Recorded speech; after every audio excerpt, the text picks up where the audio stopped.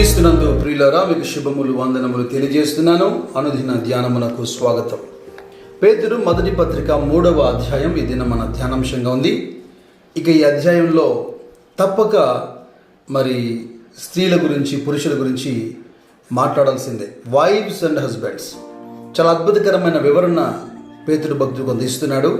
స్త్రీలతో ప్రారంభిస్తున్నాడు. మొదటి వచనం నుండి, అటువలే స్త్రీలారా, మీరు మీ స్వపురుషులకు లోబడి ఉండుడి. అందువలన వారిలో ఎవరైనను వాక్యమునకు అవిధేయులైతే వారు భయముతో కూడిన మీ పవిత్ర ప్రవర్తన చూసి వాక్యము లేకుండానే తమ భార్యల నడవడి వలన రాబట్టబడవచ్చును. వివాదాలకు తావివ్వకుండా కాస్త సహృదయంతో బోధ చేస్తున్నది మన మేలు కొరకు, మన జీవితాలు కట్టబడేందుకు అన్న ఆలోచన కలిగి నేర్చుకునే మంచి మనసాక్షితో వాక్యం వింటే ఈ వాక్య ధ్యానంలోని అంశాలు మన జీవితాలకు, మన కుటుంబాలకు సరిగా కట్టబడేందుకు ఎంతైనా సహాయం చేస్తాయి. స్త్రీలు తమ సొంత పురుషులకు లోబడే విషయంలో రెండు మాటలు నేను మీ మధ్యకు తీసుకొస్తాను. ఒకటి, ఎఫెసీ పత్రిక 5వ అధ్యాయంలో 22వ వచనం, స్త్రీలరా ప్రభువునకు వలె మీ సొంత పురుషులకు లోబడి ఉండుడి. క్రీస్తు సంఘమునకు శిరస్సై ఉన్నలాగున పురుషుడు భార్యకు శిరస్సై ఉన్నాడు. ఇక్కడ ప్రభువునకు వలె అంటే లోబడే విషయంలో ప్రభువుకి ఎలాగ లోబడతామో, ఎలాగ క్రీస్తు పట్ల మనం భయభక్తులు కలిగి ఉంటామో అలాగనే పురుషునికి లోబడమని పౌలు సంఘంతో మాట్లాడుతున్నాడు. అందులో మరెవరు మాదిరి కాదు. సంఘము లేదా సంఘములోని విశ్వాసులు ప్రభుకి ఎలా లోపడతారు, ఎంతగా భయపడతారు. నిజంగా ఆయనకు ఎదురాడలేం కదా. అలాగా తమ సొంత పురుషులను, ఇక్కడ లోబడి అనే మాట ఈ రోజుల్లో చాలా అది ఆ ప్రజలకు రుచించడం లేదు. కారణం ఏంటంటే లోక సంబంధమైనటువంటి ఈక్వాలిటీ, అంటే రిజర్వేషన్ పరంగా కావచ్చు, జెండర్ పరంగా కావచ్చు, ఇంకా లోకంలో ఏదేదో విషయాలు అంటే ఈక్వాలిటీ గురించి, ఎక్కువగా రైట్స్ గురించి పోరాడుతూ ప్రయాసపడుతున్నారు. బైబిల్ మాట్లాడుతున్నది ఆ అంశం కాదు. ఒక కుటుంబము, దాంపత్య జీవితము సరిగా దేవుడు పెట్టిన క్రమములో వర్ధిల్లాలి అంటే, చక్కబెట్టబడాలి అంటే ఈ నియమాన్ని మనం పాటించాలి. పురుషునికి క్రీస్తు శిరస్సుగా ఉన్నాడు. ఇప్పుడు పురుషుడు స్త్రీకి శిరస్సుగా ఉన్నాడు. అంటే స్త్రీకి శిరస్సుగా ఉన్నాడంటే ఆధిపత్యమో, అధికారమో, ఆ మాటలు ఎందుకు ఆలోచన చేస్తారు? శిరస్సు అనేది ఒక మకుటం లాంటిది కదా, ఘనత కదా, గౌరవం కదా, ఓ కిరీటం లాంటిది కదా. కనుక పురుషుడు స్త్రీకి శిరస్సుగా ఉన్నప్పుడు అది ఘనత లేదా గౌరవంగానే మనం ఆలోచన చేయాలి. కొంతమంది ప్రభువునకు వలె లోబడేందుకు, నా భర్త అంత మంచివాడు కాదు, అంత మంచి గుణగణాలు కలిగిన వాడు కాదు. బైబిల్లో అధికారులకు కానీ లేదా కుటుంబ సభ్యులకు కానీ, భర్తకు కానీ లోబడే విషయంలో, ప్రేమించే విషయంలో ఈ క్వాలిటీస్ ఉంటేనే ఇలా చేయమని ఎప్పుడు బైబిల్ రాయలేదు. అందుకే మనం జాగ్రత్తగా చూస్తే మీ పవిత్రమైన ప్రవర్తన ద్వారా అవిశ్వాసులైనటువంటి భర్తలను కూడా రాబట్టవచ్చునని ఎందుకు రాశారు ఇక్కడ? మీకు మరొక మాట చూపిస్తాను నేను. కొరింథీ పత్రిక, మొదటి పత్రిక 7వ అధ్యాయంలో 12 నుంచి 14 వచనాలు మనం చూస్తే, ఏ సహోదరునికైనాను అవిశ్వాసురాలైన భార్య ఉండి ఆమె అతనితో కాపురం చేయ ఇష్టపడిన యెడల అతడు ఆమెను పరిత్యజింపకూడదు. మరియు ఏ స్త్రీకైనాను అవిశ్వాసి అయిన భర్త ఉండి ఆమెతో కాపురం చేయ ఇష్టపడిన యెడల ఆమె అతన్ని పరిత్యజింపకూడదు. భర్త అవిశ్వాసి అనుకోండి, మీరు ప్రభువుని నమ్ముకున్నారు, మంచి విశ్వాసం కొనసాగుతున్నారు, భర్త అవిశ్వాసిగా ఉన్నాడు, వెంటనే ప్రభుకు లేదా ప్రభును సేవించడానికి ఈ భర్త అడ్డం అన్నట్టుగా తలంచకూడదు, లేదా అతన్ని దూరం పెట్టేది ప్రయత్నం చేయకూడదు, లేదా అతనికి విడాకులు ఇవ్వకూడదు. ఎందుకంటే కాస్త ఓపికతో లేఖనాన్ని మనం నమ్మాలి, లేఖనం పట్ల మనం విశ్వాసం ఉంచాలి. వాక్యము లేకుండానే మీ ప్రవర్తన ద్వారా, మీ భక్తి ద్వారా వారిలో భయం కలుగుతుందని లేఖనం అంటుంది కదా, ఇది సత్యం. అలాగే ఎంతోమంది భక్తి పరురాలు, విశ్వాసులు, మన తల్లిదండ్రులు తమ కుటుంబాన్ని, తమ భర్తల్ని రాబట్టుకున్నారు, మన కళ్ళారా చూసాం. ఆ మాటకు వస్తే వాగ్దానం కూడా అదే కదా, ప్రభువుని యేసునందు విశ్వాసం ఉంచము, అప్పుడు నీవును నీ ఇంటి వారును రక్షింపబడతారు. ఈ దినాల్లో చాలా నేరో మైండెడ్గా ప్రజలు ఉన్నారు. ఓపిక లేదు, సహించట్లేదు, కొంతకాలం కూడా తట్టుకోలేకపోతున్నారు. వెంటనే కుటుంబాల్ని చిన్నాభిన్నం చేసుకుంటున్నారు. అందుకే జాగ్రత్తగా వాక్యం మీద మనం ఆధారపడాలి. ఒకటి ప్రభువునకు వలె అయితే, రెండవ మాట ప్రభువును బట్టి. కొలస్స పత్రిక 3వ అధ్యాయము 18వ వచనం చూడండి. భార్యలారా మీ భర్తలకు విధేయులయుండుడి, ఇది ప్రభువును బట్టి యుక్తమైనది.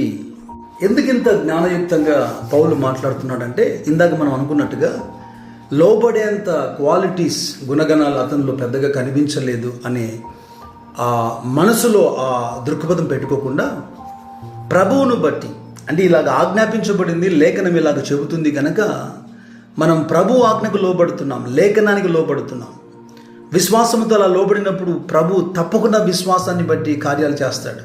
అందుకే మొదటి మాట ప్రభువునకు వలె లోబడాలి, రెండవది ప్రభువును బట్టి లోబడాలి. అందుకే అంటాడు, ఆ ప్రకారము శారా అబ్రహామును యజమానుడని పిలుచుచు అతనికి లోబడి ఉండెను, మీరును యోగ్యముగా నడుచుకొనొచ్చు, ఏ భయమునకు బెదరకున్న ఎడల ఆమెకు పిల్లలగుదురు. ఏంటి కేవలం స్త్రీలకే బోధిస్తున్నాడు అనుకుంటున్నారా? పేతురు మొదటి పత్రిక 3వ అధ్యాయంలో 7వ వచనం చూడండి. అటువలనే పురుషులారా, జీవమను కృపావరములో మీ భార్యలు మీతో పాలివారై ఉన్నారని ఎరిగి ఎక్కువ బలహీనమైన ఘటమని భార్యను సన్మానించి మీ ప్రార్థనలకు అభ్యంతరం కలగకున్నట్లు జ్ఞానము చొప్పున వారితో కాపురం చేయండి. పురుషులు చాలామంది, లేదా పురుషుని యొక్క తల్లిదండ్రులు కూడా ఏమంటుంటారంటే, వివాహం చేస్తే ఎలా బ్రతుకుతాడు, వివాహం చేస్తే ఎలా కాపురం చేస్తాడు, కాపురం చేయడానికి ఓ చిన్న ఉద్యోగం కానీ, లేదా ఓ చిన్న అద్దె ఇల్లు కానీ, ఈ విషయాలు భౌతిక సంబంధమైనటువంటి విషయాలు, అవి ఖచ్చితంగా ఉండాల్సిందే. కానీ అవే ప్రమాణం కాదు, అవి లేవు కదా, అవి ఉంటే సరిపోతుందా? చాలామంది అలా అనుకుని పొరపడతారు. కానీ వాక్యం అంటుంది, వాటితో పాటుగా కాపురం చేసేందుకు జ్ఞానము కూడా అవసరం. జ్ఞానవంతురాలు తన ఇల్లు కట్టునని స్త్రీలకు మాత్రమే చెప్పలేదు. ఇదిగో పురుషులు కూడా ఆ స్త్రీ వలన కానీ, లేదా పరిస్థితుల వల్ల కానీ, తనకు ప్రభువునకు మధ్యలో, ప్రార్థనలకు మధ్యలో, సేవా జీవితానికి మధ్యలో ఆటంకాలు, అభ్యంతరాలు రాకుండా జాగ్రత్త పడేంత జ్ఞానం అవసరం. కొంతమంది మొండిగా ప్రవర్తిస్తుంటారు, దేవుని పేరు చెప్పి కుటుంబాన్ని నెగ్లెక్ట్ చేస్తుంటారు, సేవ పేరు చెప్పి కుటుంబాన్ని నెగ్లెక్ట్ చేస్తుంటారు. ప్రభు ఇలాంటి విషయాన్ని ఎప్పుడూ ప్రోత్సహించలేదు. The first ministry is your family. అసలు ఆ మాటకు వస్తే మొదటి పరిచర్య నీ కుటుంబమే. కొరింథీ మొదటి పత్రిక 7వ అధ్యాయం 3వ వచనంలో, భర్త భార్యకును అలాగనే భార్య భర్తకును వారి వారి ధర్మములు నడపవలెను. ఇక్కడ కేవలం శరీర సంబంధమైనటువంటి ధర్మములు మాత్రమే కాదు, కానీ మరి అటు పాత నిబంధన గ్రంథంలోనూ కొత్త నిబంధన గ్రంథంలోనూ చాలా చక్కగా కుటుంబాన్ని ఎలా పోషించాలో, ఎలా బాధ్యత కలిగి ఉండాలో చక్కగా వివరించింది. పౌలు కూడా కొలసీలతో మాట్లాడుతున్నప్పుడు, భర్తలారా మీ భార్యలను ప్రేమించండి, ఏ విషయంలో కూడా వారిని నిష్ఠూర పెట్టకండి అని రాశాడు. నిష్ఠూర పెట్టడం అంటే ఏంటి? నేను ఇలా ఉన్నాను, ఇలా చేస్తున్నాను, మీకు ఇష్టం ఉండాల్సిన అవసరం లేదు, మీకు ఇష్టం ఉన్నా లేకపోయినా ఇదే నా పద్ధతి, ఇలాంటి విషయాలు వారిని నిష్ఠూర పెట్టేది. ఎందుకంటే ఇక జీవమైన కృపావరంలో వాళ్ళు మీతో పాలివారుగా ఉన్నారు, ఏకమై ఉన్నారు, వారు మీరు ఒకటే అని బైబిల్ అంటుంది కదా. కొన్ని బ్యాడ్ ఎగ్జాంపుల్స్ కూడా మన సమాజంలో మనం చూసాం, మనం విన్నాం. సేవ పేరు మీద, పరిచర్య పేరు మీద కుటుంబాన్ని నెగ్లెక్ట్ చేశాడు, ఆ కుటుంబం చిన్న భిన్నం అయిపోయింది, పిల్లలు కూడా వృద్ధిలోకి రాలేకపోయారు. This is nonsense. ఇది ఇలా ప్రవర్తిస్తూ దీనికి భక్తిని పేరు పెట్టడం అది అజ్ఞానమే. అందుకే అంటున్నాడు జ్ఞానంతో కాపురం చేయమని. తిమోతి మొదటి పత్రిక 5వ అధ్యాయంలో 8వ వచనం చూడండి మీరు. ఎవడైనానో స్వకీయులను విశేషముగా తన ఇంటి వారిని సంరక్షింపక పోయిన ఎడల వాడు విశ్వాస త్యాగం చేసిన వాడై అవిశ్వాసి కన్నా చెడ్డవాడై ఉండును. అలాగని ఎప్పుడూ భార్య పిల్లలు కుటుంబం అని వచ్చిన డబ్బంతా కుటుంబానికి తగిలేసి దేవుని సేవను మర్చిపోయి విస్మరించమని బైబిల్ చెప్పట్లేదు, నేను చెప్పట్లేదు. ఒక సమతుల్యత మనిషికి అవసరం, ఒక బ్యాలెన్స్ మనిషికి అవసరం. అటువంటి జ్ఞానం దేవుడు మనుషులకు ఇచ్చాడు. కుటుంబంతో కలిసి మరింత గొప్ప సేవ చేసేందుకే దేవుడు నీ కుటుంబాన్ని ఇచ్చాడు తప్ప అడ్డు అయ్యేందుకు కాదు. సమర్పించుకొని సేవలో సాగుతున్నప్పుడు కుటుంబంలో చిన్న చిన్న సమస్యలు, ఆటుపోటలు, ఫైనాన్స్ ప్రాబ్లమ్స్ ఇవి వస్తాయి. కానీ ఇక్కడ మనస్తత్వం గురించి మాట్లాడుతున్నాం. పూర్తిగా గాలికి వదిలేసిన వారు కొందరైతే, కుటుంబమే జీవితంగా బ్రతికి వాళ్ళు కొందరైతే, అటువంటి కుటుంబాల్లోనే ఈ తగాదాలు మొదలవుతుంటాయి. అయితే ముగింపుగా ఒక మాట చెప్పాలి. పేతురు భక్తుడు మొదటి పత్రిక 3వ అధ్యాయంలో 8వ వచనంలో అంటున్నాడు, తుదకు మీరందరూ ఏక మనస్కులై ఒకరి సుఖ దుఃఖముల యందు ఒకరు పాలుపడి సహోదర ప్రేమ గలవారును కరుణాచిత్తులను వినయ మనస్కులై ఉండుడి. ఆశీర్వాదమునకు వారసులొకటుకు మీరు పిలువబడితే గనుక కీడుకు ప్రతి కీడైనను దూషణకు ప్రతి దూషణను చేయక దీవించుడి.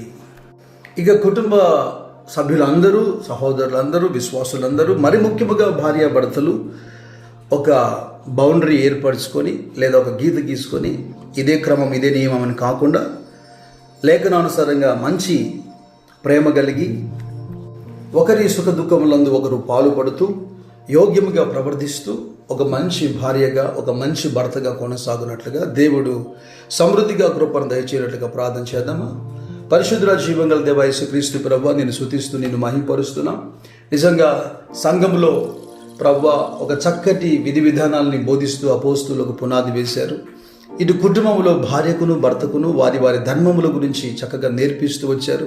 మా ముందు మీరు లేఖనాలు ఉంచి అటు స్త్రీలు ఎలా ప్రవర్తించాలో యోగ్యముగా, పురుషులు ఏ విధంగా ప్రభువా స్త్రీలను ప్రేమించాలో, జ్ఞానంతో కాపురం చేయాలో మీరు జ్ఞాపకం చేశారు. ఇదిగో నాయన, లేఖనానుసారంగా మా జీవితాల్లో మరింత సత్ప్రవర్తన, యోగ్యమైన ప్రవర్తన కలిగి అటు ప్రభువును సేవిస్తూ కుటుంబాన్ని పోషించే ఒక సమతుల్యత మాకు దయచేయమని యేసునంత నామంలో ప్రార్థించి వేడుకుంటున్న పరలోకపు తండ్రి. Amen, amen.